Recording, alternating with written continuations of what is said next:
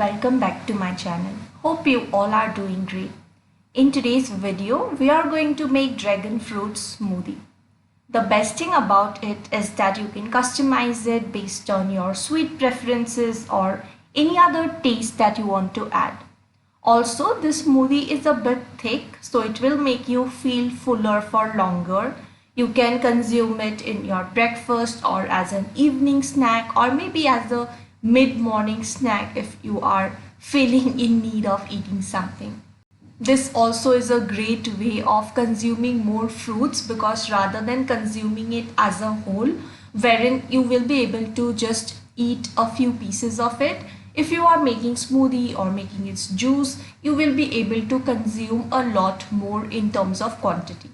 So here I have two dragon fruits. I'm just roughly chopping it, which is absolutely not needed because it's anyway so soft. You can directly add it in your juicer as well. Here I am transferring everything in my juicer. At this stage, if you want, you can add jaggery, sugar or whatever other sweetener you want to add like honey or anything else also. I'm just making the smoothie without adding any additional sweetener. I'm not even using stevia, but that is totally optional. If you want, you can add that also. I will blend this into a fine smoothie and then I'm going to transfer it in my glass. As you can see, it is very thick. If you want it to be a little bit more runny, you can add water as well.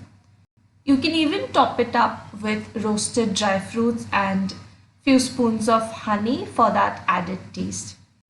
So that's all for today's video. I hope you like this video and I hope you will be trying this way of consuming more fruits or including more fruits in your daily diet.